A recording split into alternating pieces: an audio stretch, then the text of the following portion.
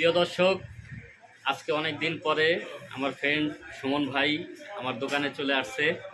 তো সুমন ভাই লাল একটা গেঞ্জি পরছে, দেখেন কত সুন্দর লাগতেছে গেঞ্জিটা। এবং সুমন ভাইয়ের চেহারাটা তো আসলে একদম নায়কের মতো, মানে দেখলেই মুগ্ধ হয়ে যাওয়ার মতো। তো সুমন ভাইকে আসলে পাওয়াই যায় না। তো আজকে হয়তো ভালোবাসার টানে অনেক দিন পরে আমার কাছে চলে আসছে।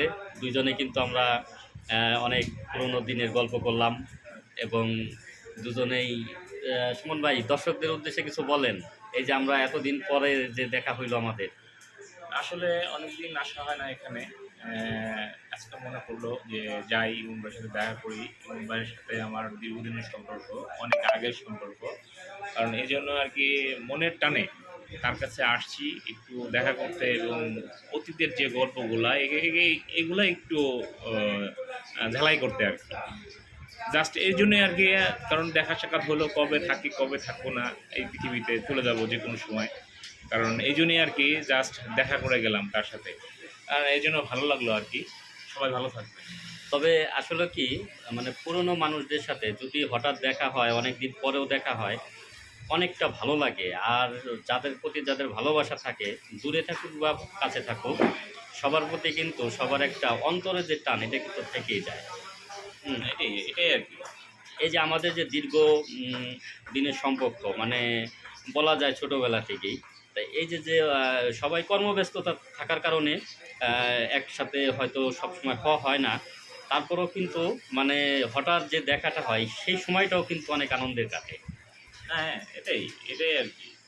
কারণ এই বন্ধুত্বটা বন্ধুত্ব করাটা কিছু সময়ের ব্যাপার, কিন্তু ধরে রাখাটা কিন্তু অনেক কঠিন ব্যাপার। আর বন্ধুত্ব সম্পর্কটা হয় কি, যে মানে যত দিন যাবে আমাদের বয়সটা তত বাড়বে এবং সম্পর্কটা তত গভীর থাকবে। কারণ একটা সময় আমরা পুরনো যে দিনগুলো যেভাবে চলতে পারছি, সেভাবে হয়তো কর্মব্যস্ততার কারণে চলতে পারবো না, কিন্তু এই যে যে ক্ষণিক দেখাটা, এই সুখটা কিন্তু আলাদা। হ্যাঁ, এটাই আর কি, এটাই আর কি। এটা অনেক ভালো, অনেক ভালো লাগা আর কি। কারণ মনের একটা ভালো লাগার বিষয় আছে, যে বিষয়গুলো আসলে বলে বোঝানো যাবে না। মানুষের মন থেকে আসে যেটা। তো এরকম বন্ধুত্ব সবাই ধরে রাখবেন, এবং যার সাথে যার বন্ধুত্ব সম্পর্ক হবে সেটা ধরে রাখলে বৃদ্ধকালে কিন্তু এই বন্ধুদের নিয়েই এই অতীত জীবনের সুখ দুঃখের গল্প করার মতো একটা মানুষ প্রয়োজন হবে, সেটা কিন্তু করতে পারবেন। এই কারণে বন্ধুত্ব সম্পর্কটা কখনো নষ্ট করবেন না। যার সাথে যার বন্ধুত্ব সম্পর্ক একবার হয়ে যাবে, সেটাকে কন্টিনিউ রাখবেন এবং সবসময় খোঁজ খবর রাখবেন, যোগাযোগ রাখবেন।